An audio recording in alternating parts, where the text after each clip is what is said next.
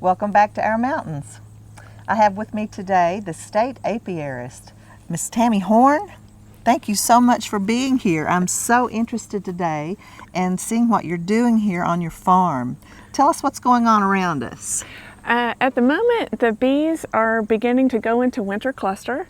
As the days get shorter and the pollen intake into the hives decreases, the bees begin to downsize because they don't want to use all of their honey stores, and so they start decreasing their numbers. And so one of the things that we'll be doing today is treating the bees for a type of parasite called a Varroa mite, and we'll make sure that they have more food because we want to make sure that they have enough honey to get through the winter time. We have this little box here. Why don't you tell us what this is and how it's important in your work? Okay, one of my primary goals as a state apiarist is to focus on honeybee health and to make sure that we know about approximately how many hives we have in the Commonwealth, and if the bees are dying, why are they dying? Where are they dying? And so we started, when I became apiarist a year ago, with some forms that beekeepers fill out. But forms, for the most part, are always a little bit unreliable. You know, it's difficult to get them to every beekeeper. Some beekeepers don't want to fill them out. So it's primarily anecdotal information. But Kentucky has been included in a federal USDA grant this year, and what I do is go around the Commonwealth and I pick up samples of honeybees from different beekeepers. We included a beekeeper from Johnson County. We'll include a beekeeper from Pike County. Corbin has been represented in this particular grant, and I take a quarter cup of bees from the brood area of the hive, and we put those bees in this box. You'll see it has some sugar down at the bottom of it, so as the bees are in transit to the Washington, D.C. bee lab, then they have adequate sugar to keep them alive. And then there's also a moisture tube, which has some sponge in it, and I take that off. I don't want to forget that, so that bees have moisture as they're being shipped. And then what we do is we put the lid back on top, just like that. So they can breathe. So they can breathe, and then we put a yellow funnel here, and that's how I put the bees in. Oh, okay. And then we tape it up after we got the bees inside of it, and I take it to the post office, where sometimes I'm not the most popular customer in line, but you know, some of the post office people have gotten used to this. They don't freak out any longer, and we get them shipped to DC, where they are then tested for a variety of viruses and spores and any other type of diseases that our honeybees may be dealing with in Kentucky.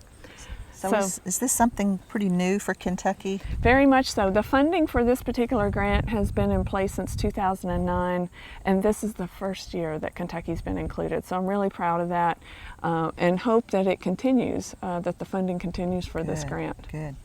I know honey is a big thing in Kentucky, the production of honey, but that's only a byproduct, correct? Correct. Its biggest value is in pollination. And as Kentucky shifts away from big tobacco, you know, one of the things that specialty crop growers are finding is that they absolutely have to have honeybees. And so, you know, for instance, we've got a very active organic tomato industry that is starting, especially among the Amish in the south central part of the state. We have apple orchards in eastern Kentucky that need bees, pumpkins in western Kentucky. So all parts of the Commonwealth have developed this new appreciation for pollinators, and it's happened very recently.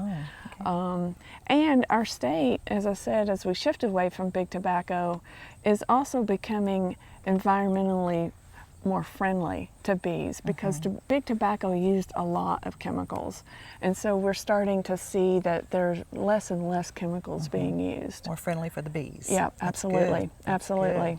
All right.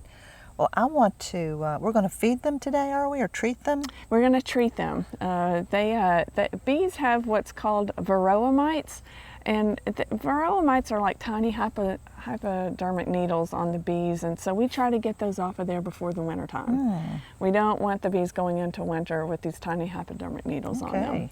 Now, I understand you've written a couple of books. Yes, I have. In fact, the first book I wrote is Bees in America, and when I wrote that book, I was an English professor, and I say very clearly at the very first page, you know, if you want to know how to keep bees, this is not the book for you. This is strictly a cultural history. It's candy for the brain. It was the kind of collection of anecdotes and facts and trends in beekeeping. But I was not a good beekeeper 10 years ago. I had a horrible time keeping my smoker lit, which of course today we're not having any problems with that. You know, I was basically terrified of the equipment. I used my grandfather's equipment, which was, you know, deeps, which was very heavy. And so I basically had to decide in 2006 to go to Hawaii and work in the queen bee industry, where I would work bees every day. That was hard work, I'm sure, wasn't it? It was, somebody had to do it. Somebody had to do it. And so I went and basically for 4 winters after that, you know, I worked in the queen bee industry, so I could get really comfortable with all the mechanics of beekeeping, as well as some of the more specialized skills in beekeeping, such as rearing queens. And then I would come back when it was warm in Kentucky and work with coal companies in eastern Kentucky getting beehives on surface mine sites. So has that been pretty successful? I thought, you know, the name of the entity was called Coal Country Bee Works, and in my mind, we started in 2008, just as the economy was tanking, and I thought it was very successful because it has put in place a way for people to be beekeepers. We started an Eastern Kentucky Winter Bee School. In fact, if you don't mind, I'll plug that. Okay, sure. It will be January the 23rd, 2016. Of course, in the registration fee, we always include lunch, and that's a full day of beginner classes to advanced classes. We offer about 4 different tracks, and we also include value-added products. Things, you know, people don't always want to get in the beehive, but they like the lotions and they like the candles and they like those other kinds of products that come with beekeeping. So we have a class on those and too. where will that be, Tammy? That's at the Hazard Community and Technical College. We know that well? Yeah, right off of Highway 15. And we do ask that people pre-register because we do have lunch catered. And so I think that cutoff date is January the 15th. Okay. But people can show up at the door and we'll let you in. We don't turn folks away for the Eastern Kentucky Winter Bee School. And we always have a good turnout. Good. We worked with 4 different coal companies and still working. You know, we're just, as I became the state apiarist, I wasn't able to take care of the beehives like I wanted to. And so we're working with Extension, elementary schools especially, they're Viper Elementary, and the emphasis this year is on native bees, because we have 4,000 native bees in the United States.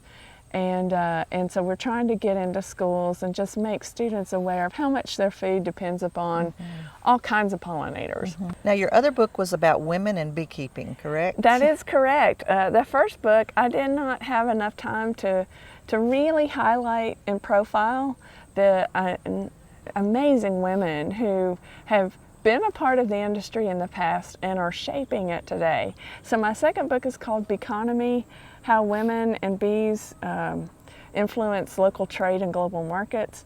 And it's kind of a long, clunky title, but in this particular book, I'm a beekeeper. Okay. And so I have a lot of tips that can help both men and women as a beekeeper. Very good. There's a real shift there in terms of who I became, and the entire book it's a global book. I start with my travels in Africa, working with African bees, and then move to India and Europe and Australia, South America, and of course North America. So that book took obviously a little bit longer to write, and it came out in 2012. And as I said, the real shift in tone is the fact that I'm a beekeeper, you know, and I'm a lot more confident, and it's also including different tips of the industry that may help a hobbyist beekeeper.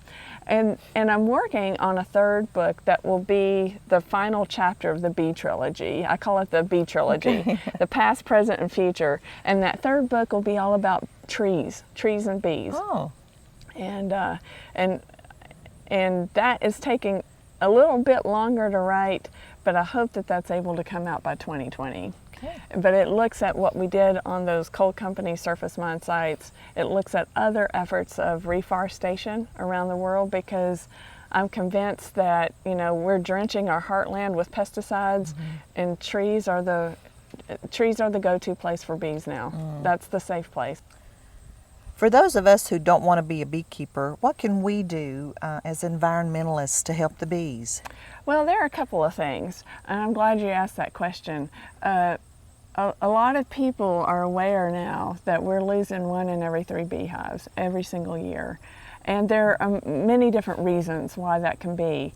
But one of the things that people who, you know, aren't interested in maybe, you know, having to deal with stinging insects in the middle of, you know, 90-degree weather in July.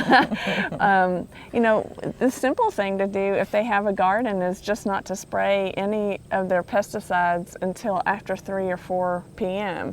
When the foragers of those beehives are already back home. Okay. You know, that's one simple thing that they can do. Another thing that they can do is plant pollinator habitat, or, you know, because there's an emphasis now on monarch butterflies, which are also pollinators.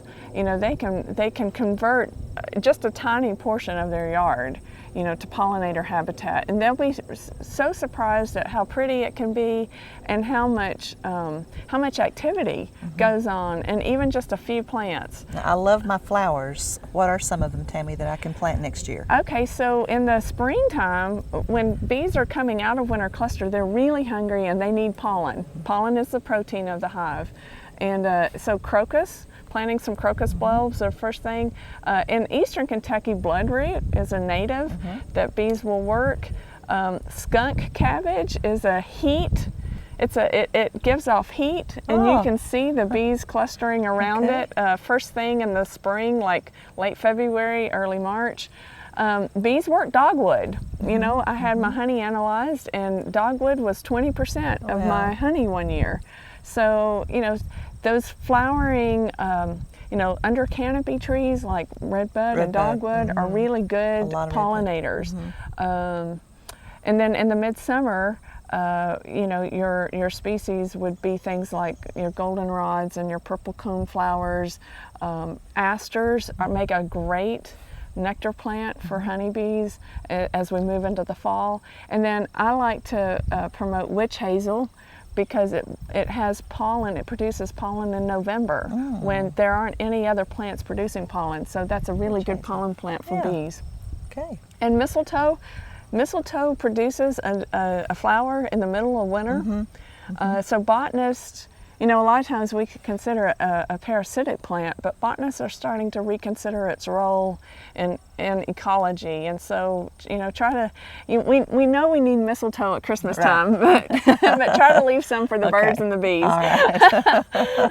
Tammy, thank you so much. I've learned a lot today about bees, and I'm going to grow some witch hazel. Awesome, very good. I've done my job. All right. And if folks want to contact me, they're welcome to email me at Tammy, Tammy.Horn, HORN, @ky.gov. Great. Thank you so much. Now you stay tuned. We'll be right back with lots more of Our Mountains.